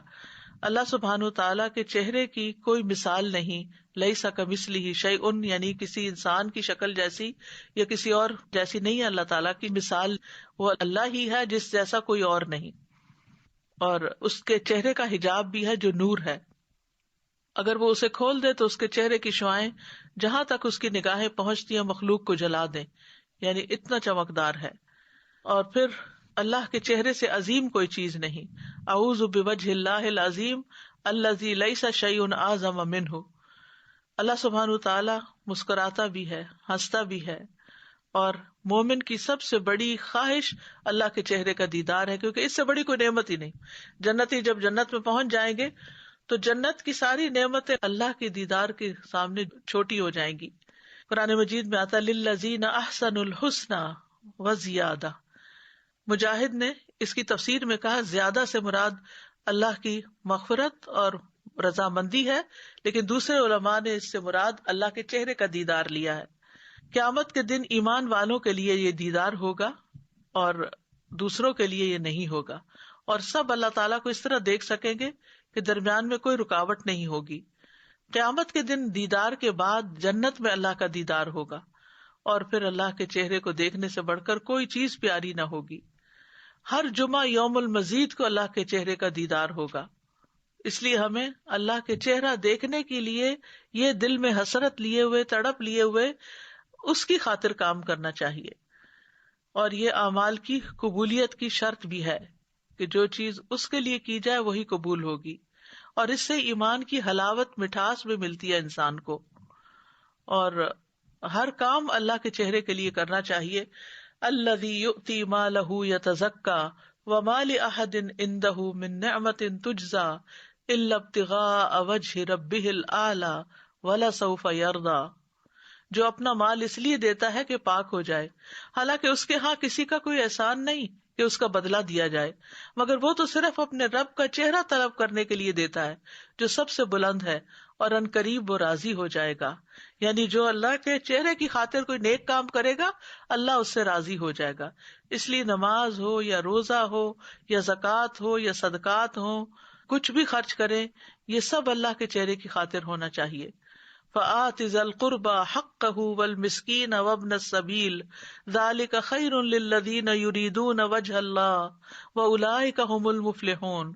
پس قرابت والے کو اس کا حق دو، مسکین کو اور مسافر کو، یہ ان لوگوں کے لیے بہتر ہے جو اللہ کا چہرہ چاہتے ہیں، اور وہی فلاح پانے والے ہیں. اور اسی طرح جو بھی کسی کو کچھ دے، چھوٹی نیکی کرے بڑی نیکی، دل میں یہی ہو کہ میں اللہ کو دیکھنا چاہتی ہوں. چاہے قرآن پڑھنا ہو، چاہے پڑھانا ہو، چاہے ذکر کرنا ہو، چاہے لا الہ الا اللہ پڑھنا ہو، چاہے مسجدوں کی طرف جانا ہو، نیکی کے کام کرنے ہو، اللہ کی راہ میں جد و جہد کرنی ہو، اللہ کے لیے کوئی نظر ماننی ہو، صبر کرنا ہو، غصہ پینا ہو، دوسروں کو معاف کر دینا ہو، یہ سب کچھ اللہ سبحانہ تعالیٰ کا چہرہ چاہتے ہوئے ہی کرنا چاہیے، حتیٰ کہ اپنی ذمہ داریاں پوری کرنے کے لیے. اسی طرح اگر کوئی سوال کرے تو وہ بھی اللہ کے چہرے کا واسطہ دے کر جو سوال کرے اس کو دینا بھی چاہیے، یعنی کہ مانگنے والے کو اگر کوئی اللہ کے نام سے یا اللہ کے چہرے کی خاطر مانگے کہ اللہ تمہیں اپنا چہرہ دکھائے تو اس سوالی کو رد نہیں کرنا چاہیے. آپ نے فرمایا جو تم سے اللہ کے نام پر پناہ طلب کرے اس کو پناہ دو، اور جو تم سے اللہ کے چہرے کے واسطے سے سوال کرے اس کو بھی دو. اور ہمیں دعا بھی مانگنی چاہیے اللہ سے کہ اللہ ہمیں اپنا دیدار عطا کر. اور یہ ایک لمبی دعا ہے جس کے ایک حصے میں یہ بھی دعا آتی ہے، اللہم بعلمک الغیب وقدرتک علی الخلق احینی ما علمت الحیات خیرا لی وتوفنی اذا علمت الوفاۃ خیرا لی. اللہم واسألک خشیتک فی الغیب والشہادہ واسألک کلمۃ الحق فی الرضا والغضب واسألک القصد فی الفقر والغنی واسألک نعیما لا ینفد واسألک قرۃ عین لا تنقطع واسألک الرضا بعد القضاء واسألک برد العیش بعد الموت اور واسألک لذۃ النظر الی وجہک والشوق الی لقائک فی غیر ضراء مضرۃ ولا فتنۃ مضلۃ. اللہم زیننا بزینۃ الایمان وجعلنا ھداۃ مہتدین. باقی حدیث کی بجائے میں اس صرف پارٹ کا ترجمہ کروں گی. اور تیرے چہرے کو دیکھنے کی لذت کا سوال کرتا ہوں اور تجھ سے ملاقات کا شوق مانگتا ہوں، بغیر اس کے کہ کسی نقصان دہ مصیبت میں پھنسوں یا کسی گمراہ کن فتنے میں مبتلا ہوں. اے اللہ ہمیں ایمان کی زینت سے مزین کر دے اور ہمیں ہدایت یافتہ لوگوں کا رہنما بنا دے. پھر اللہ کے چہرے کا وسیلہ دے کے دعا کرنی چاہیے. قعقاع بن حکیم کہتے ہیں کہ کعب الاحبار نے کہا اگر میں چند کلمات نہ پڑھتا تو یہودی مجھے گدھا بنا دیتے، یعنی اتنا جادو کرتے تھے. لوگوں نے پوچھا وہ کیا ہے؟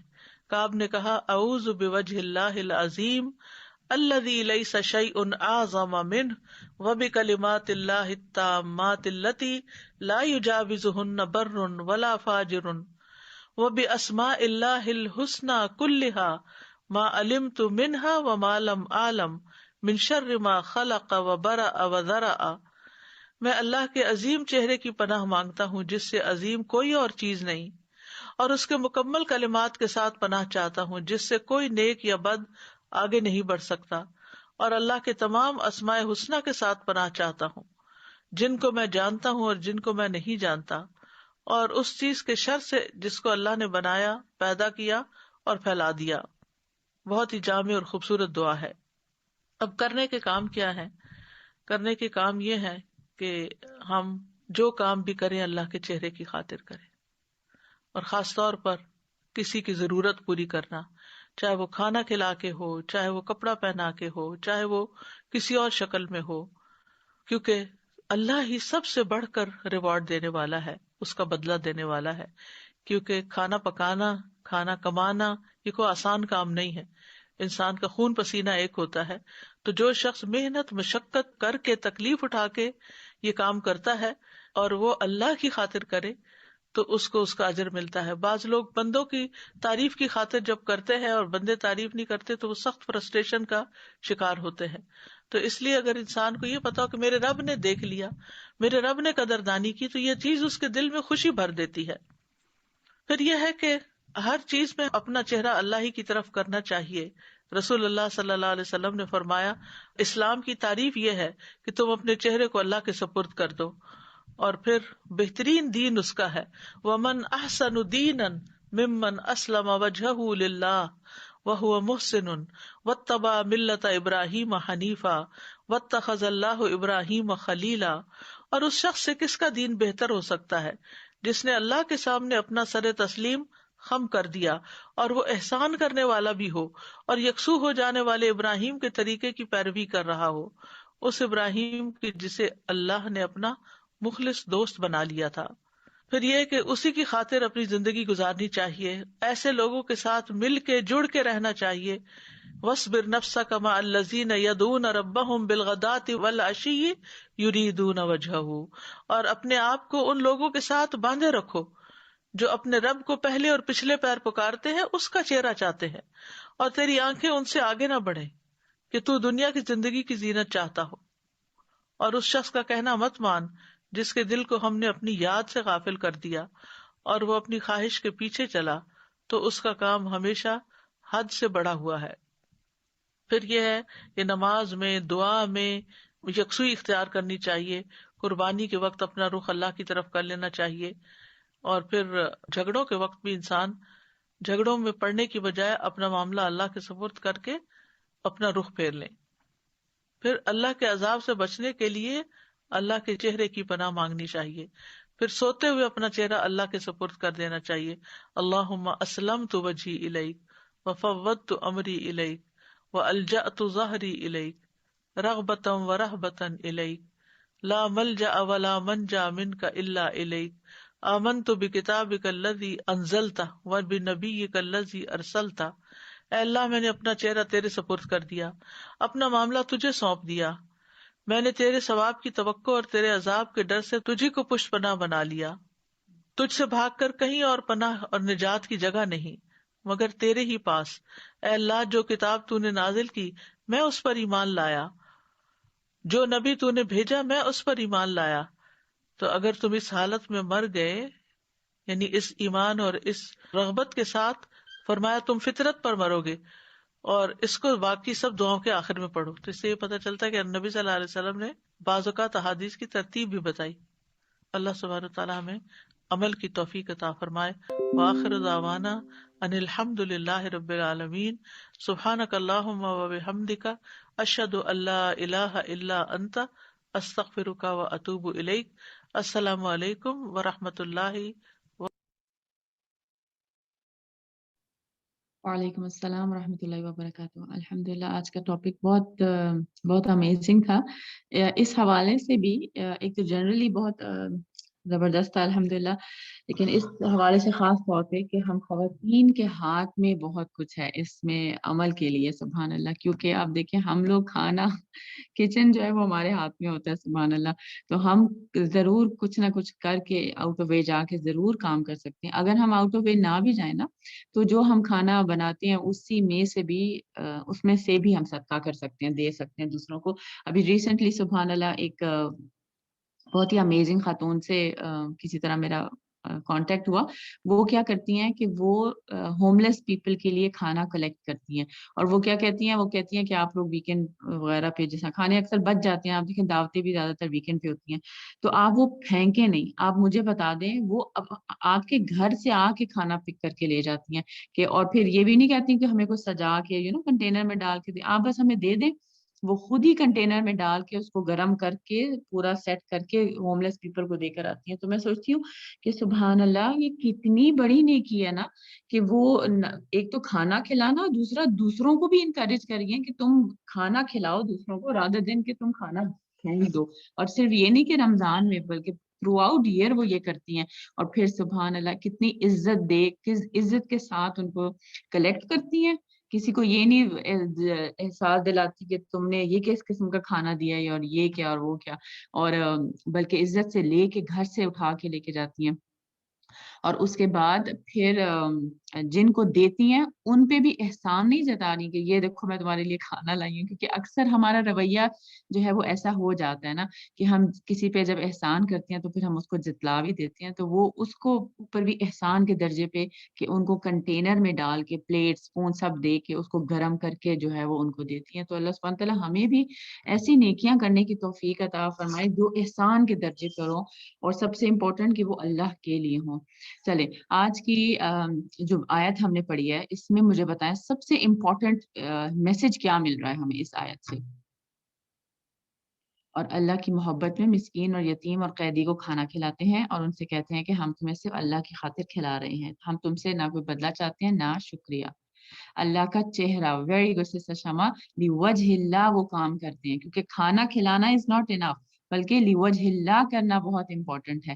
سبحان اللہ۔ اچھا اس کا فائدہ کیا ہوتا ہے، کیا ہوگا جب ہم اللہ سبحانہ تعالیٰ کے لیے کریں گے، اس کے چہرے کی خاطر کریں گے تو پھر کیا ہوگا؟ اخلاص، بلیسنگز، ٹھیک ہے، ہم لوگوں سے بدلہ نہیں مانگیں گے، ٹھیک ہے، یہ بھی گڈ، ٹھیک ہے الحمدللہ۔ جو مین چیز ہے نا وہ یہ کہ اعمال کی قبولیت کا انحصار ہے نا۔ آپ دیکھیں، آپ کو وہی حدیث یاد ہے جس میں آتا ہے کہ قیامت والے دن 3 طرح کے لوگ ہیں جن سے حساب لیا جائے گا، شہید، عالم اور سخی، اور وہ کیا کر رہے ہوں گے کہ وہ انہوں نے اتنے کام کیے ہوں گے، لیکن ان کی غلطی کیا ہوگی کہ انہوں نے اللہ کے لیے نہیں کیے بلکہ دکھاوے کے لیے کیے۔ تو اگر وہ اللہ کے لیے کرتے تو وہ اعمال قبول ہو جاتے، اور چونکہ وہ اللہ کے لیے نہیں تھے تو اس وجہ سے وہ ریجیکٹ ہو گئے۔ سبحان اللہ۔ اور آپ دیکھیں یہ آیت بہت ہی امیزنگ ہے۔ کیا کل من علیہ فان ویبقى وجہ ربک ذو الجلال والاکرام، کہ جو کچھ بھی ہے دنیا میں پوری وہ سب کچھ فنا ہو جائے گا، ختم ہو جائے گا، اور کیا چیز باقی رہے گی؟ صرف تیرے رب کا چہرہ، ٹھیک ہے۔ تو امپورٹنٹ کیا ہے کہ اس میں تو ایک یہ چیز بھی ہے نا کہ اللہ سبحانہ تعالیٰ کی ذات باقی رہے گی، اور آپ دیکھیں جو کام اللہ کے لیے کیے جائیں گے وہ بھی باقی رہیں گے۔ آپ دیکھیں دنیا میں ہم لوگوں سے محبت کرتے ہیں، لوگوں سے پیار کرتے ہیں، ہماری دوستیاں ہوتی ہیں، ہمارے تعلقات ہوتے ہیں، قیامت والے دن کیا ہوگا؟ سب کچھ ختم ہو جائے گا، رائٹ؟ ایسا ہے نا؟ لیکن کیا ہوگا؟ کون سی محبت کام آئے گی؟ کون سا تعلق کام آئے گا؟ جو اللہ کے لیے کیا گیا ہوگا۔ پھر قیامت والے دن اس اللہ کی خاطر محبت کی جانے والے عمل کو بھی عزت بخشی جائے گی، سبحان اللہ۔ اس کے علاوہ ہر چیز جو ہے وہ ختم ہو جائے گی۔ تو ہمیں اپنے ہر کام کے لیے نیت کیا کرنی ہے کہ ہم اللہ تعالیٰ کے چہرے کی خاطر ہوں، اس کو راضی کرنے کے لیے ہوں، ٹھیک ہے۔ اللہ سے تعلق مضبوط ہونا چاہیے، بالکل۔ اچھا خاص طور پہ کھانے کی بات کیوں کی گئی ہے؟ آپ کو کیا لگتا ہے؟ کھانا کھلانا، اور بھی تو اللہ تعالیٰ کہہ سکتے تھے نا کہ وہ علم حاصل کرتے، وہ صدقہ کرتے، یا کوئی نمازیں پڑھتے، یا کوئی اور بات بھی کر سکتی تھی، خاص طور پہ اس میں کھانے کی بات کیوں کی؟ بیسک نیڈ ہے، ویری گڈ۔ اور بالکل بالکل رحم دلی، بالکل۔ آپ زندگی کا انحصار ہے نا اس کے اوپر، سبحان اللہ، کہ انسان کا پیٹ بھرا ہو تو وہ انسان فوکس بھی ایگزیکٹلی عبادتیں کر سکتا ہے۔ آپ دیکھیں ہم لوگ کتنا ویک فیل کرتے ہیں نا جب ہم کھانا نہیں ہم نے کھایا ہوتا اور تھوڑی سی لیٹ ہو جائیں تو ہمیں کتنا غصہ آنا شروع ہو جاتا ہے۔ تو اسی طرح باقی لوگوں کے ساتھ بھی تو ایسا ہی ہے نا، تو ہمیں دوسروں کا بھی خیال رکھنا ہے۔ اچھا پھر اب آپ مجھے بتائیے کہ رسول اللہ صلی اللہ علیہ وسلم نے فرمایا کہ افضل اعمال جو ہیں وہ کیا ہیں؟ کہ مومن کو خوشی دینا، پھر اس کے بعد تم اس کے سطر کو ڈھانپ دو، اس کی بھوک کو پورا کر دو، اور پھر اس کی ضرورت پوری کر دو۔ ضرورت میں کیا کیا کچھ آتا ہے بتائیں گے؟ ہم کسی کی ضرورت کو کیسے پورا کر سکتے ہیں؟ کیا کیا کچھ ہوتا ہے جو لوگوں کی ضرورت ہوتی ہے؟ فوڈ، الحمدللہ، بالکل۔ کلوز، دکھ سکھ لینا، بالکل۔ منی، کھانا، بالکل الحمدللہ۔ ٹرانسپورٹ، ایڈوائس، ویری گڈ، بالکل۔ اب دیکھیں ہم بعض اوقات ان چیزوں کو تو لے لیتے ہیں ٹائم کہ ہمیں کھانا کھلانا ہے، دوسرے کو کھانے کی ضرورت ہے، پانی کی ضرورت ہے، پیسوں کی ضرورت ہے، لیکن بعض اوقات کچھ چیزیں ہوتی ہیں جو آپ کی ایموشنل نیڈس بھی ہوتی ہیں، تو ان کا بھی خیال کرنا ہے کہ اگر کوئی دکھی ہے تو اس کی بات سن لیں تھوڑی دیر کے لیے، اگر کوئی پریشان ہے تو اس کی بات سن لیں، اس کو کوئی اچھا مشورہ دے دیں، تو یہ بھی جو ہے وہ اس کی ضرورت پوری کرنا ہے، اور پھر جو ضرورت ہو وہی پوری کرنا۔ اگر کسی کو بھوک ہے تو کھانا دینا، اگر کسی کو پیاس ہے تو پانی دینا، پانی کے وقت اگر آپ اس کو کھانا دیں گے تو اس کو کھانا نہیں اچھا لگے گا۔ تو جس قسم کی اس کی ضرورت ہے اس کو دینا نیکی ہے۔ اس سے لائک اگر کسی کو فار ایگزامپل، چلیں کھانے کی ایگزامپل لیتے ہیں، ہمیں بھوک لگی ہے کسی کو، اب ہم اس کو کہیں گے یہ لو دو یہ سونے کے کنگن لے لو، یا تم یہ اتنی پیسے لے لو، ٹھیک ہے پیسوں سے کھانا خریدا جا سکتا ہے، لیکن اس کے لیے جانا کرنا اگر وہ وہاں پہ لائک اس کے لیے وہ ایزی نہیں ہے، تو اس کو اس وقت کھانا دینا اس کی ضرورت ہے۔ حالانکہ پیسے یا گولڈ تو زیادہ ویلیو رکھتا ہے نا، لیکن اس کی ضرورت تو اس سے اس وقت پوری نہیں ہو رہی نا. تو اس چیز کا بھی دھیان رکھنا کہ جس کو جس چیز کی جب ضرورت ہے اس کو وہ دینا. ٹھیک ہے انشاءاللہ تعالی. اچھا پھر ایک اور بڑی امپورٹنٹ چیز ہم نے آج سیکھی کہ کھانے میں برکت کے حصول کے لیے ہمیں رسول اللہ صلی اللہ علیہ وسلم نے کیا طریقہ سکھایا. ہم کیا کر سکتے ہیں؟ مل کر کھانا. Very good sister سبین، sister Khadija, sister شمع، بالکل کے ساتھ مل کے. اور آپ دیکھیں ہمارے ساتھ آج کل کیا ہے، کتنے دکھ کی بات ہے نا کہ ہم لوگ سب علیحدہ علیحدہ کھاتے ہیں، اور روٹین کچھ اس طرح سے بن گئی ہوتی ہے کہ کسی کی یونی ہے، کسی کا اسکول ہے، کسی کا آفس ہے، کسی کے ساتھ کوئی مسئلہ ہے، سب اپنے اپنے ٹائم کے حساب سے کھا رہے ہوتے ہیں. لیکن ایک ٹائم ایسا ہونا چاہیے ضرور کہ ہم مل کے کھائیں. اور الحمدللہ اللہ تعالیٰ نے رمضان میں یہ کتنی برکت رکھی ہے نا کہ جو بھی ہو سب لوگ نا افطار کے ٹائم پہ اپنے اپنے جسے کہتے ہیں نا کونوں خدروں سے نکل کے نا سب آگے ایک جگہ بیٹھ جاتے ہیں اپنے اپنے ہولز میں سے. تو سبحان اللہ، یہ اس وقت دیکھیں کتنا پیارا ٹائم ہوتا ہے. ٹی وی بھی بند ہوتا ہے، کوئی شور شرابہ نہیں ہوتا، سب آپس میں پیار محبت سے کھا رہے ہوتے ہیں. اور اگر آپ تھوڑی بھی چیز رکھتے ہیں نا تو اس میں بھی اتنی برکت ہو جاتی ہے کہ وہ بھی بچ جاتی ہے. ورنہ عام دنوں میں تو کتنا کتنا کھانا بناتے ہیں اور ضائع چلا جاتا ہے. سبحان اللہ. تو اللہ تعالیٰ ہم سب کو اس سنت پہ عمل کی توفیق دے. اچھا پانی روکنے پر وعید آئی تھی، کیا وعید تھی اس میں؟ کچھ بتائیں گے؟ کچھ یاد ہے آپ کو؟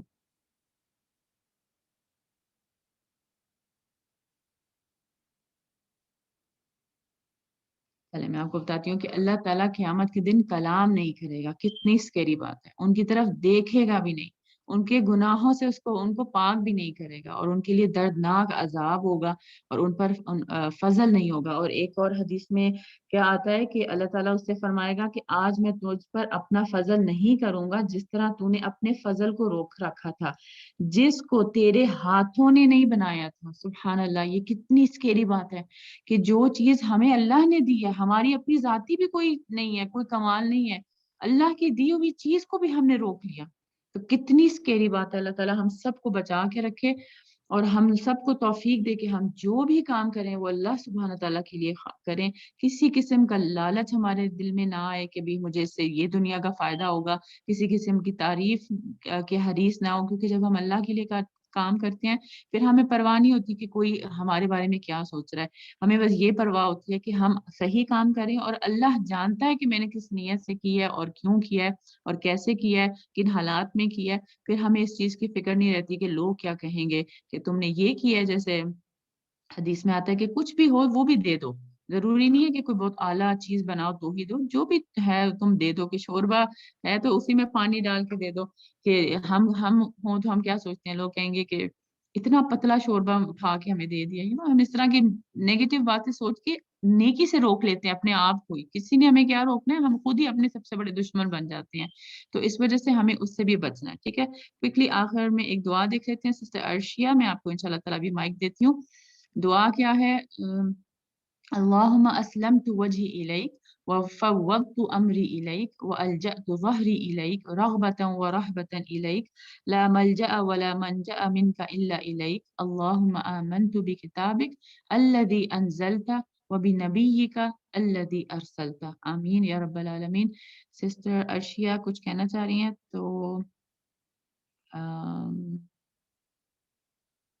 جی سسٹر عرشیہ آپ انشاءاللہ مائک لیجیے. جی السلام علیکم رحمۃ اللہ وبرکاتہ. کوئکلی یہ ٹاپک سے ریلیٹڈ ہے. I don't want to take waste your time, لیکن امپورٹنٹ ہے اس لیے میں بات کرنا چاہ رہی تھی اس کے بارے میں. یہاں ٹروگنینا میں میلبرن میں وی رن گروپ.